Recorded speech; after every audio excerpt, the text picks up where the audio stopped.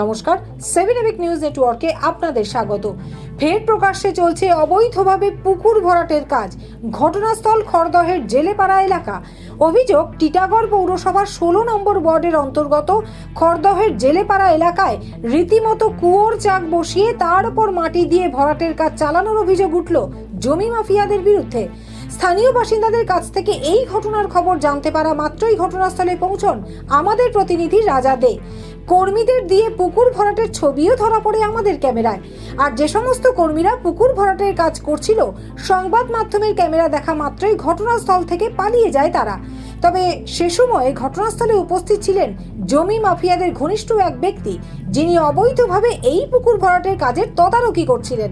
কিন্তু আমাদের প্রতিনিধি তাকে প্রশ্ন করতেই তিনি অস্বীকার করে ক্যামেরার সামনে শটান জানিয়ে দেন ওখানে নাকি কোনো পুকুর ভরাটি হচ্ছে না। এরপর ওই ব্যক্তি দাদা সব জানেন এই কথা বলতে বলতে ঘটনাস্থল থেকে চম্পট দেন, যদিও তার দাদার দেখা পাওয়া যায়নি। দেখুন সেই ছবি।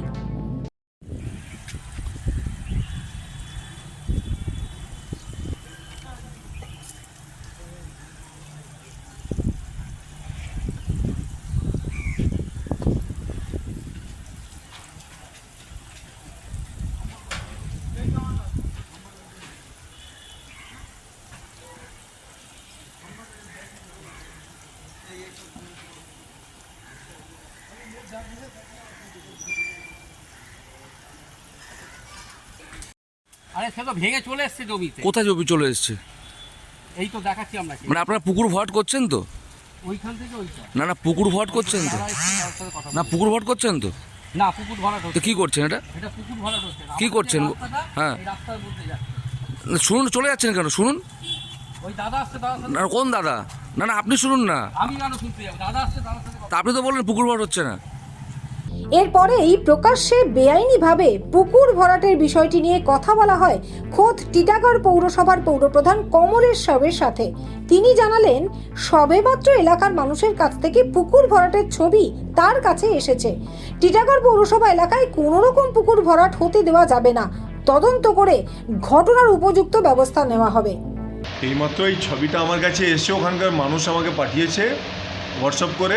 আমি সঙ্গে সঙ্গে ইঞ্জিনিয়ারকে দিয়েছি, ইঞ্জিনিয়ারকে দিয়ে আমি পাঠিয়েছি যে সঙ্গে সঙ্গে গিয়ে ওখানে দেখেন, তদন্ত করুন কী আছে কী না। কোনো মতেই কোনো পুকুর ভরাট করতে দেওয়া যাবে না টিটাগড় পৌরসভার অঞ্চলে।